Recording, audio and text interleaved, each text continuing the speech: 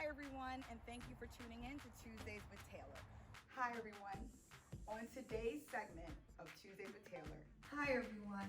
Thanks for tuning in to Tuesdays with Taylor. Taylor, darling. Hi everyone.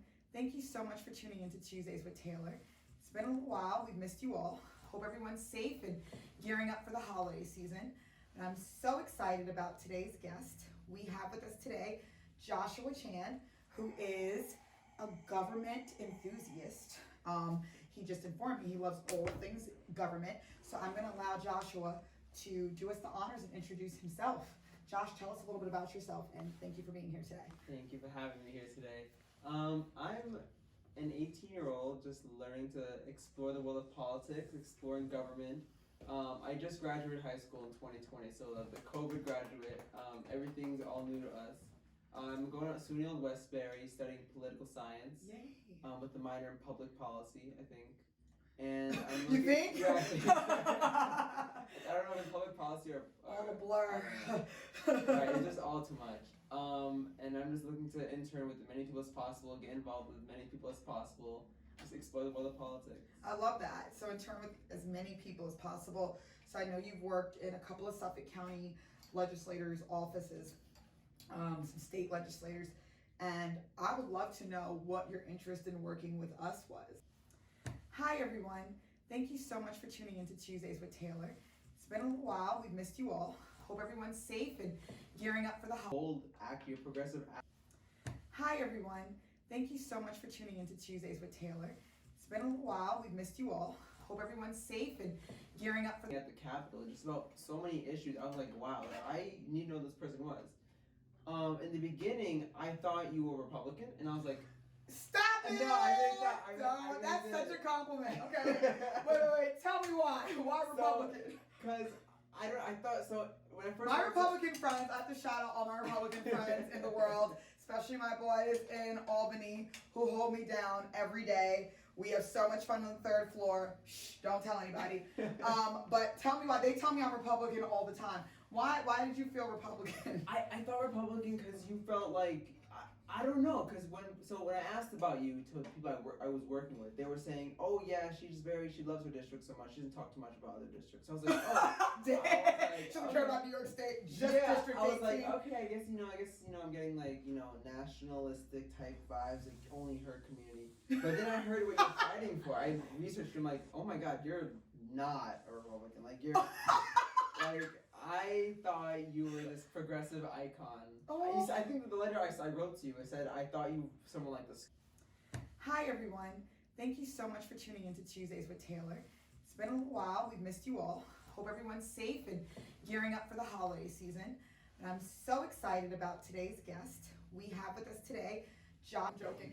It's so hard to say who's down with the red side or the blue side because we have people that are pretty purple, you know what I mean? Mm-hmm. And I think for me, I am down for action. That's like what gets me up every day is to say, like, if, in any situation, if someone is food shopping, I come up with strategies to find a way to do that as efficiently and quickly as possible so that your time is utilized well. So that's how I apply everything. So I'm not political. I'm not someone who comes from a political background, but I am strategic and I'm very service oriented. So, I worked at Target, fast, fun, and friendly.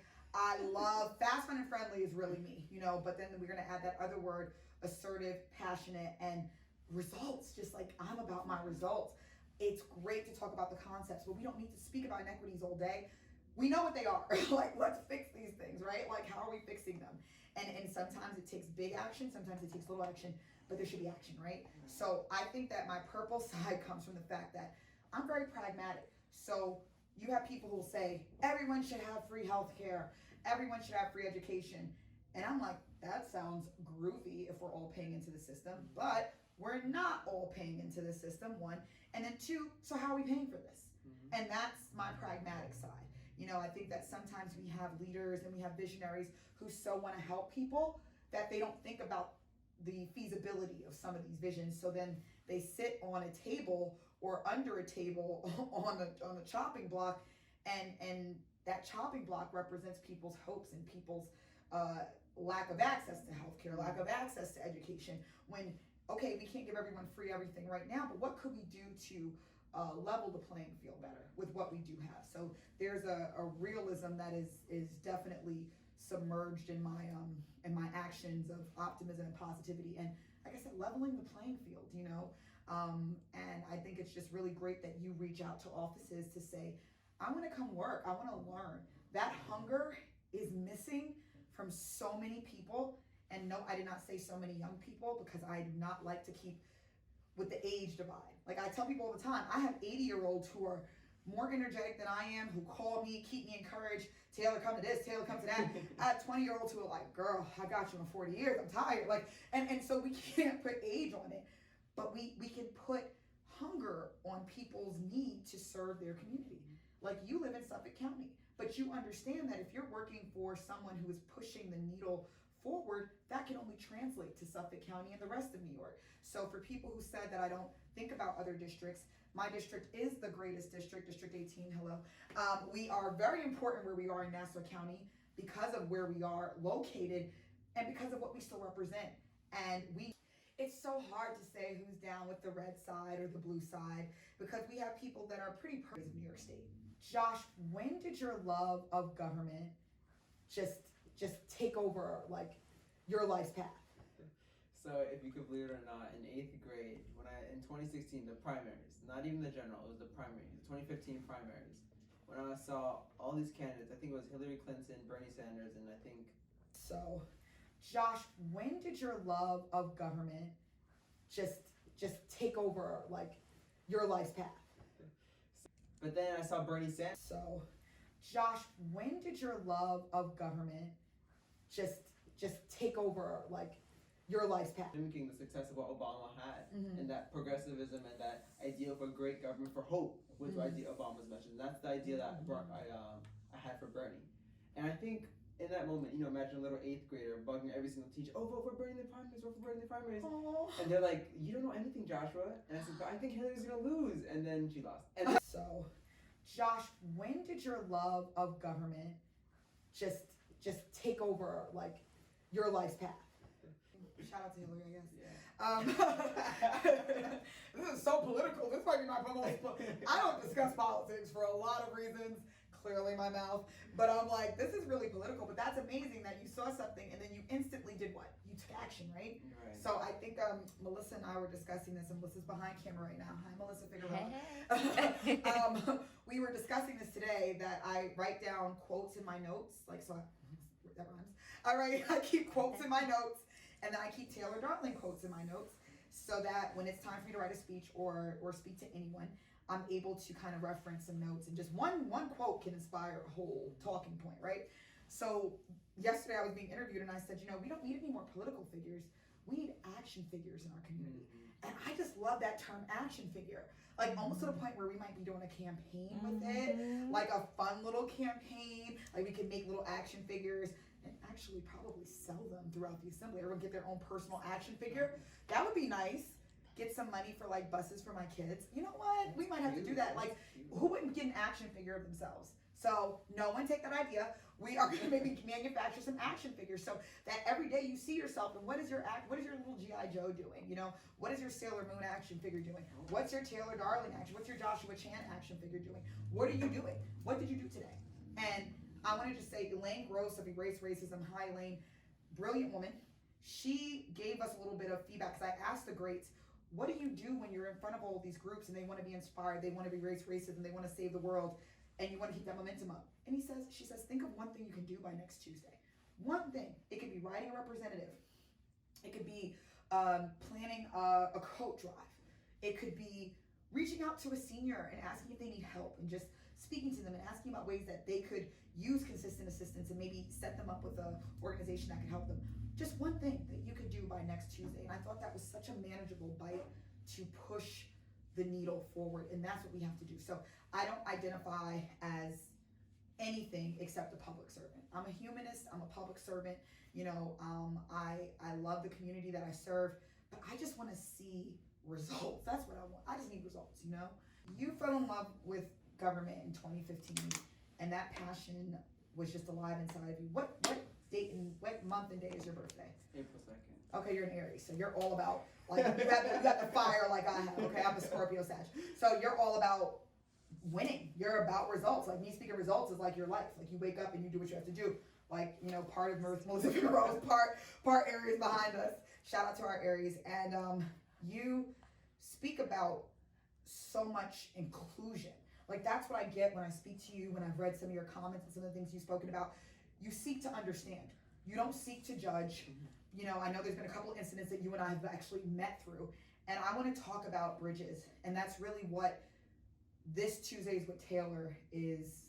If we have to pick a title, we'll call it Bridges. How do we bridge some gaps that could potentially be preventing us from doing the work that we need to do as a community, right? So how do I bridge the gap between, say, our generations, right? So you and I are a part of two different generations. How would you suggest that we bridge the gap between our two generations? We're just gonna start with our differences, right? How would you suggest, give me like 2 or 3 things that you would do to bridge a gap between people from your generation and my generation and beyond? And I'm 25, just so you know. Oh, that's not even a generation. I'm joking, but I'm 97. So keep going. Honestly, I think, like you say, the results. It doesn't matter what affiliation, party affiliation, wherever you align, like the political spectrum.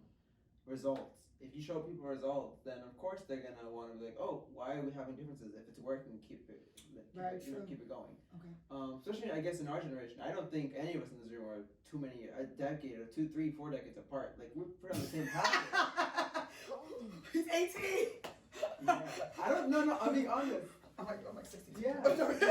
We feel the same. We feel like we're in the I same. feel old. I feel, and old is all, those are all concepts that you feel. And lately I've been feeling a little old, but usually I'm feeling around 21. But that's the youth part. Yes. I think that's the thing. There's different things that we all do as generations go towards success.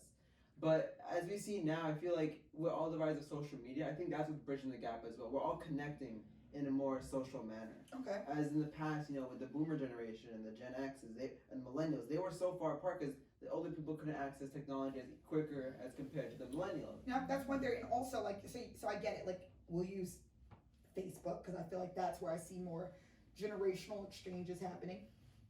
So you'll have, your grandma who might be on there just to see what you're up to and comment on everything, who's also speaking to your principal, who's also speaking to your friend for the ones who haven't jumped to other platforms.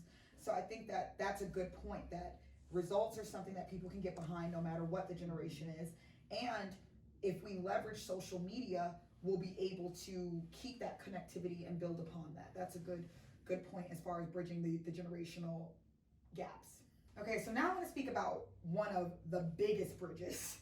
This is a huge bridge. This is like Brooklyn Bridge meets Manhattan Bridge meets Verrazano Bridge. I think Governor Cuomo will appreciate all my bridge references. Huge bridge. There is a bridge that I think really needs some attention in our community, and that bridge is what connects the Black and brown communities. I feel like we have done such a disservice to each other because we are existing next to each other. I don't see that bridge where it's like we are working together, we are uniting our resources. I don't see that consistently. I don't see it amongst our leadership. I don't see it amongst our churches. It is a very separate situation. So I want to hear your take on where we are now, right? And then how we start to bridge that gap, because it's not a one response situation. It's so different when you speak about. It's kind of, they have similarities and differences between, like. Wait, where are you from? Where's your family from? I'm from Mexico, Guatemala, and Honduras. Jesus. Okay, yeah. Yeah. He's a bridge right in himself. That's everybody. That's great. So I don't know where my last name comes from. It's Chan. That's but awesome. I don't think I'm Asian at all. So it's so different. But I think the Black and brown community, and then the difference between the Black and brown community and the white and Black community, there's so many things that divide us, that we divide. I think that we need to come together, especially in the Black and brown community. There's so much internalized racism coming on each, but now I wouldn't say so much in the Black community, but more in the Hispanic Latino community, where we think that, oh, you're Mexican, so you're below us, or you're whatever, you're Salvadoran, so you're below us, you're like, and I think that internalized racism really affects where we need to be as a society, as a as a minority. But again, we're the oppressed group in America here. And I think So you're saying that internal for the Hispanic community, just before they even connect with any other community, taking care of the division within that community right. first before, because you know, we have that in the Black community as well. You know, the first thing, you know, if we're in a room and it's all one type of people and you see someone who looks like they could be related to you or at a family barbecue, you don't care where they're from. You're like, that one other person is your cousin. But if we're in a group with everybody who looks like they could be at a family barbecue, I think we do want to know, we want to get down to the layers. Like, okay, well, where are you from? Okay, that's me. This is me. If you're not from New York, I'm like, ugh, I can't talk to you. Like, I am a real New Yorker. It is very obnoxious, and I got in a lot of trouble in college for that. They'd be like, oh, this girl's so great. I'm like, oh, where's she from? Texas? You know, like it was like that New York, like, pride / arrogance, and I have somewhat curbed that, even though now I work for the greatest state. Hello, the state of New York. I work for the greatest state in the country, so it's a little hard. But that's where we start to look at differences, you know. But how shocking when we're in a room and there's just one other person that looks like us, where we're like, I don't care if you're from Mexico, Honduras, El Salvador. You're my brother. You're my sister. But we get to our communities and it's like, you know, there's that kind of thing. I think that another way I think we could bridge that gap, I guess, between the differences is we're fighting for the same issues at the end of the day. You know, our people, for example, my Brentwood, and You're Brentwood. I hear that. running for something important in Brentwood. The district, I researched it. It's all public information. In 2019, according to the estimate of the census data, 13.7% of the population is uninsured with no health care. Yikes. So I think, you know, that's 8,000 people out of my 63,000, I think, residents in the area. That's 8,000 families that are affected. 8,000 people who can't afford to miss a rent payment because of health care. 8,000 people that go to bankrupt. I think that's an issue that the Black and brown people, America, really need to come together and unite. Like, why are we the most marginalized when it comes to health care? When the people in the Hamptons, people like upstate that have wealthy, really have no problem finding health care, but it's us that are like suffering. And it's not even a question of whether or not you have health care. It's what type of health care is your health care working for you? Do you like your doctor? Is your doctor in network? And in a lot of cases, you still can afford to pay your doctor. You may not want to, but you're right. The conversations are very different amongst the socioeconomic classes.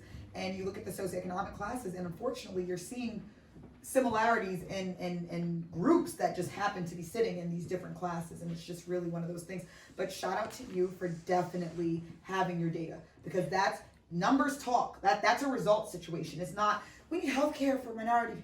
Okay, that's very vague. But when you say I have 8,000 families where if they become ill, they are not going to the doctor. And in the light of a pandemic, this is not what we need. If you become ill, we want you to go get tested. We want you to get services, because you're ill will become all of Brentwood's ill, or wherever you are. So that's the reality. We have people making those real life decisions every day. Like, you know, do I go to a clinic and they somehow bill me and I can't afford that? Or do I just sit here without care? Because I still have to work. Like, no one's gonna take care of me. So again, very, very relevant in both of our communities, like, but very relevant in the overall umbrella of the community. So healthcare, what else? What are we talking about? I would say income inequality as well. Again, we have the least amount of wealth compared to other people. You know, the white population has much more wealth than we do. And that's just facts. You know, we could argue why that is, but that's just the facts of it. And I think that wealth gap between how Black and brown people acquire wealth and how white Americans acquire wealth is so different. And that comes down to education as well.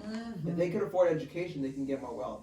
Us, we have to take care of our family. We have to take care of our grandmothers. You know, we can't afford to go to these colleges unless we can somehow get subsidies or anything. So I think that's another issue Very that true. we can also unite on. And before we even get to college, what are we talking about for Head Start, pre-K? What are we talking about with nutrition for our moms, for our expecting moms? What are you talking about nutrition, period? So you're right. So to bring up that point that we're all fighting the same issues, you know, in our separate collectives, we are all fighting the same issues, right? How do we bridge the gap, Josh? Like, please solve all the world's problems right now. Like, how do we bridge the gap? How do we do that? I think that you've kind of answered it somewhat, where we look at results, right? What's worked, what hasn't worked, what leaders have been influential, and we maybe bring that awareness to the fact that we are fighting similar battles. So like so many wars in the past, it makes sense to have allies.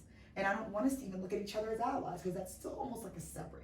I want us to somehow respect our individual differences and the fact that diversity is excellence while understanding we're all human and loving each other enough to say we're sharing zip codes, we're sharing lands. This is not 4 different communities.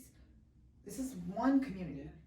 Like we will never be the majority, we'll never have that loud voice or that representation at the table if we continue to be divisive. Yes. So, you know, us even doing this Tuesdays with Taylor, I mean, I've never seen a program about this. I'm not gonna say there isn't one, but these conversations have to be had because we have to see representatives that look like people who are represented, who exist and live in our community, doing great things and just having these, why are we not having these conversations, right?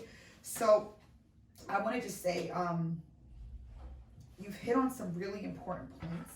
So if I were to plan something that our office hosted, what do you think? Like if it was like a kickoff to bridge our gap and bring us together, what would you think? What type of event would I plan? I mean, let's think of something we all like, right? Food. Yes. Food, Music. Food, music, culture. That's just amazing. Yeah. I think we all can agree. No matter where you're from, you know, if you're from, you know, somewhere in Central America, you can like something like pupusas, or if you're like somewhere like in the Caribbean, you're gonna think of like oxtail or something. That was the first thing that came to my head. Right? Yes. Let's bridge that gap. Let's connect and let's show them, look, we like this. What else? Like a food mashup. Like I'll Yes. tell you, I had jokes. I was like, we should do like tacos and tequila and cognac and wings and like put them all together and we just do like some really fun event. This was right Trap before and COVID. paint. Yes, we do some Trap and paint. trap and paint. Yes, the trap and paint. We work on some a reggaeton kind of like Good. event, reggaeton. You know, day glow party, something really fun where, of course, there would be a community element where for all of these events, my vision is to have like a big vision board where people can write down their ideas for their community, and those are things that we transfer. So even if we get 2 or 3 good fun ideas, people are in a relaxed setting and they get to know each other. And yeah, I mean, we have comedians from different backgrounds who can speak about different things that are important to us, but I just feel like we are missing opportunities, and I think that you saying food and drink, that's what we're gonna have to do. Unfortunately, it might have to be like a bag lunch kind of Right. situation, but I think that that's what's gonna bring us together. You know, but I'll tell you, we had like the Salvadorian festival, and I had the honor of speaking on stage, I think twice, and each time I'm there, I'm looking through the crowd to see if I see people of African descent, and maybe it was the times I was there, I saw one woman on a bike, like it's like 15 to 30,000 people there, and I'm like, how are we having a major festival in the middle of the village of Hempstead, and there's no you know, intermingling, like, you know, there's no full representation of the full community that's here. Okay, so Josh, I really appreciate everything that you brought to this conversation today, because your passion is infectious, your energy is infectious, and you're gonna do great. Keep doing your research, keep working with winners, and yeah, and listen, and I'm excited. I'm excited to see what you do, and I would love to, you know, I welcome partnering completely. But Josh, I want to know in closing, what does your perfect Nassau Suffolk County look like? That's a big question. I think we need to really actually get an understanding of what Nassau and Suffolk County is right now. I think we saw the presidential election. You can see the district thing. It's all red. Not that it means anything. It doesn't mean it. Not that it really means anything. Sure doesn't. But I think when we see districts that are really, you know, gerrymandered wrong, like for example, my district, Peter King represents us when Brentwood is a big blue area when it could probably be split with something else and probably maybe outpace Peter King and become its own electoral district or whatever the case may be. So wait, just for people who aren't familiar with gerrymandering, why don't you give a little bit of background? Like, what do you mean? Like, you want the districts drawn up different so it makes more sense for representation? Right, yeah. So Okay. the gerrymandering now is like the politicians choose their constituents, not the constituents choose their politician. Mm. And I think that's where we need to come together to really understand what a Suffolk and Nassau County, make a perfect Nassau and Suffolk County could really be. Because I think it's gerrymandered in both ways, the Democrats, Republicans. It should just be democracy, not I don't know what it is now. I don't know what you could describe a broken democracy where politicians are picking who they want to win. Like it's not working. Okay, so now I'm gonna cheat. You said broken democracy, so I'm gonna cheat. What do you have to say to some leaders who encourage that divisiveness? It's not it. It's really, especially in times like this when we have a pandemic going on already dividing us. We can see the divides in income inequality, people of color. It's just not right. I think we need to come together as a human race, not even as a black, white, Hispanic, as a human race, and figure out like what are we gonna do to solve the major issues of society. We see European nations figuring it out. They have their lockdowns down. They're saving more lives than we are here. They say, oh, we can't do some things in Europe because we're so different here. They're all the same people over there. That's not true. That's not true. We all have the same ideas. We want freedom. We want to be safer in our own homes. We want to be taken care. Okay, so Josh, I really appreciate everything that you brought to this conversation today because Physically solve these issues that are thrown at us in the 21st century. exactly. And I think that once we get to that point, and you are 100% correct, and that's why I don't like to put age on anything because everything you've said has definitely ignited something in me and has been spot on. You can't predict a perfect world if you don't first assess where your area is currently, and that's what we have to know. And I think that we have not hit the nail on the head. I think a lot of stuff has been very repressed and suppressed, but so much stuff. Okay, so Josh, I really appreciate everything that you brought to this conversation today because your passion is infectious, your energy is infectious, and you're gonna do great. Keep doing your research, keep working with winners, and I'm listen, and I'm excited. I'm excited to see what you do, and I would love to. I welcome partnering completely. But Josh, I want to know in closing, what does your perfect Nassau Suffolk County look like? That's a big question. I think we Get me out of here. Okay, so Josh, we hit some heavy things. I think we barely scratched the surface. So I might need you on a part 2, part 3, or something fun. I like to be on location with Tuesdays with Taylor, so we don't have to keep looking at this emblem and these white walls and gorgeous gray floors. But we're gonna do something fun so people can get to know you. So it's a little game called Either Or. So I'll say 2 things and you choose which one you prefer. Okay? Sprite or Coke? I hate soda. I really despise soda. Yes, and because health is wealth, we hate soda too. All right, I'm not gonna say what the baby likes, but we do hate soda, right? It's okay, great. Tea or coffee? Tea. Tea. Okay, cool. Beach or mountains? I would say the mountains. Okay. Mountains. Oh, sounds like Albany. Let me see. So let's see. Book or magazine? It depends on the book. I don't like fiction. I like reading articles or like reading about stories, like a biography. So I would say a book. If it depends on the genre. But if it's like nothing like I don't like celebrity stuff. That doesn't like interest me. Okay. So like I would say book. Okay. Definitely book. Speaking of celebrities, you can have lunch with AOC or Kamala Harris. AOC. Really? Hands down, AOC. Okay. Hands Why? down. It's AOC. You haven't made it, so you're an abbreviation. Yeah, So you're right. I'm gonna be like, my abbreviation's really bad. It's like TURD, TRD. But I'm gonna be, if I just do TD, it sounds like the bank, which I'm like, I need a better abbreviation. We'll figure that out. I'm not gonna change my name again though, ever. Let's see. So we'll do 2 more. California or New York? Oh. Ooh. You gotta. Are you serious right now? Ooh. Are you serious? Josh. Ooh, I just hurt my political chances. New York. Okay. We're strong. We're strong.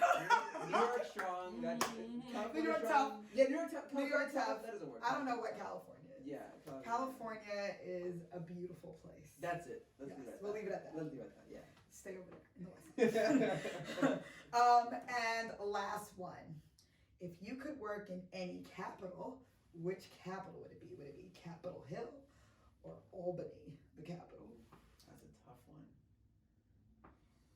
You could do so much at the state level, but you could do so much more at the.